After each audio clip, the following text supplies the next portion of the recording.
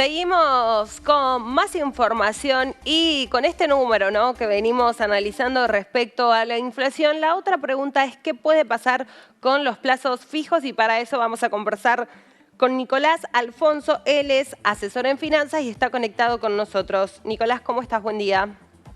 Buenos días, ¿cómo estás? Bueno, hoy justamente se tiene que reunir, ¿no?, el directorio del Banco Central.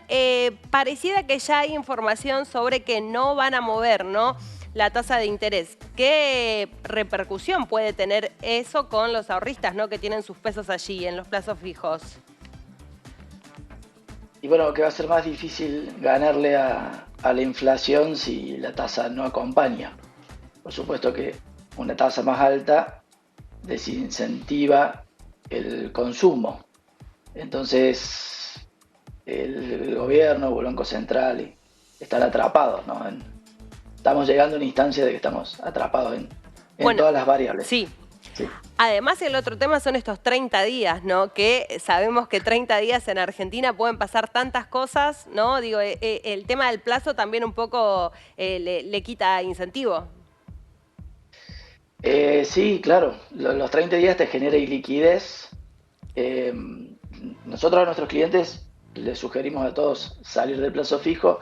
Acordate que atrás del plazo fijo, para que pague esa tasa del 118, que efectiva anual se va cerca del 200, tiene que haber negocio para el banco, por lo cual le tiene que colocar una tasa mayor.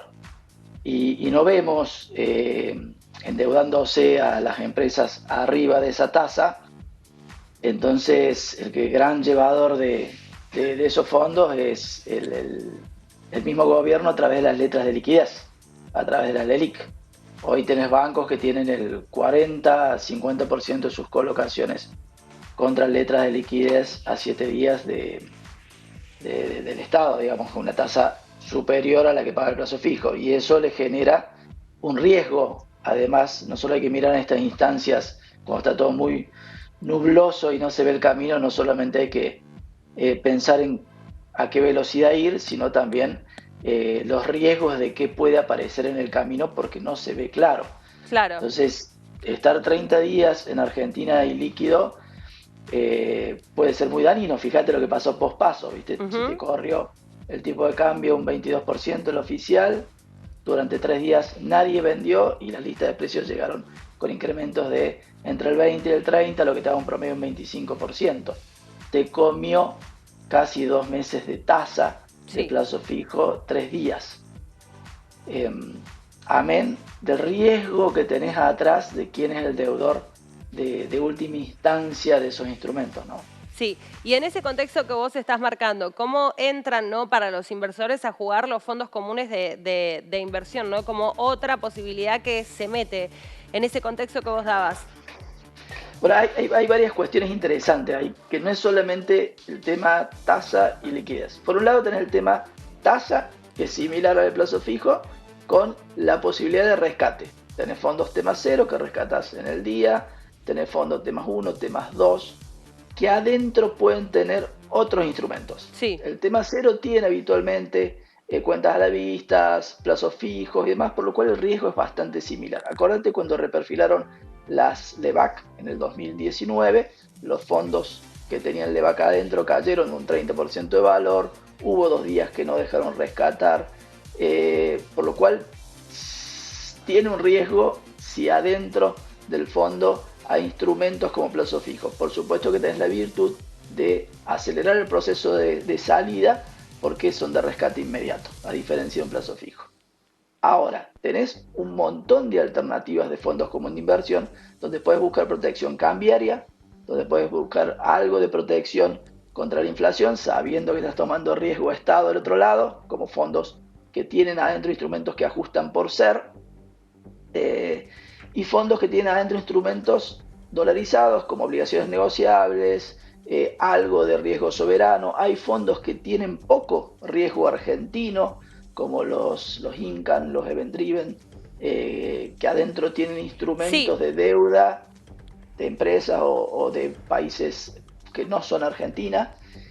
Y para la empresa tiene una gran virtud, el fondo como en inversión, que por un lado pueden generar una protección cambiaria. Sí. Por otro lado, el impuesto se paga no por lo devengado como el plazo fijo, sino por lo percibido, es decir, cuando recién vendes el fondo te dispara el valor del impuesto a las ganancias si vendiste con una diferencia de precio, por lo cual si vendes después de tu cierre de balance, ese fondo recién vas a pagar impuesto a las ganancias, calculado esa fecha del 2024. En el 2025, con inflación del arriba del 200%, se licúa y tienen la posibilidad de usarse para garantizar el financiamiento en pesos en el mercado. Entonces vos podés protegerte contra el riesgo soberano, protegerte contra el riesgo tipo de cambio y no generar iliquidez en la empresa porque lo puedes usar para garantizar descuentos de cheque en el mercado o toma de pesos vía caución. Vos mencionabas recién, ¿no?, la posibilidad de tener justamente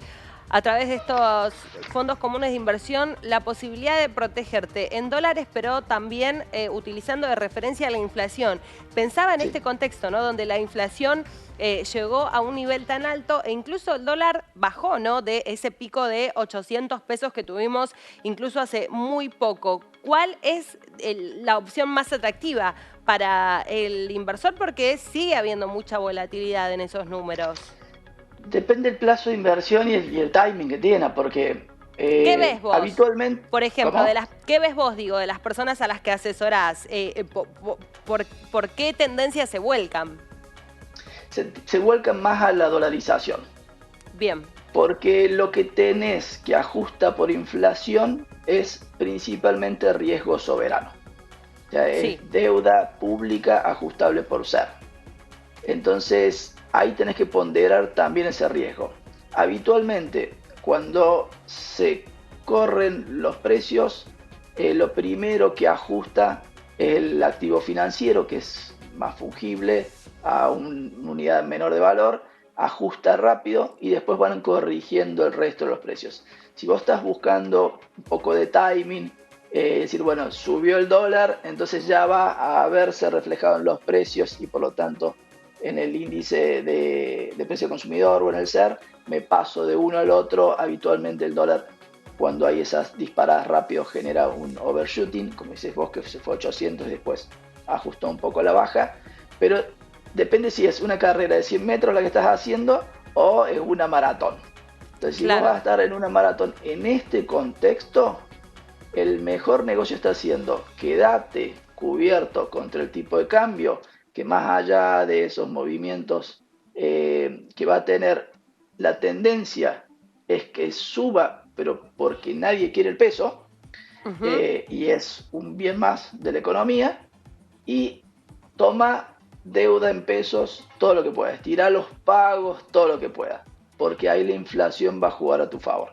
¿Qué tan probable ves, te pregunto para cerrar, que mueva, ¿no?, el Banco Central la tasa de interés tal vez en el próximo mes, ¿no?, porque ya también se habla de una inflación muy alta con la misma referencia de esta de 12,4%? Es probable, yo lo veo altamente probable por una cuestión también eleccionaria, ¿viste? Llegar en septiembre, o sea que vamos a tener la información en octubre previo a las elecciones, con otra vez un 2,5, que es un poquito mentiroso. Acuérdate que hay precios cuidados y demás en el medio, te va a llevar a que acumules una inflación del 200% anual. Por supuesto que eso al bolsillo lo daña y por lo tanto, cuando vas a votar, ¿te acordás?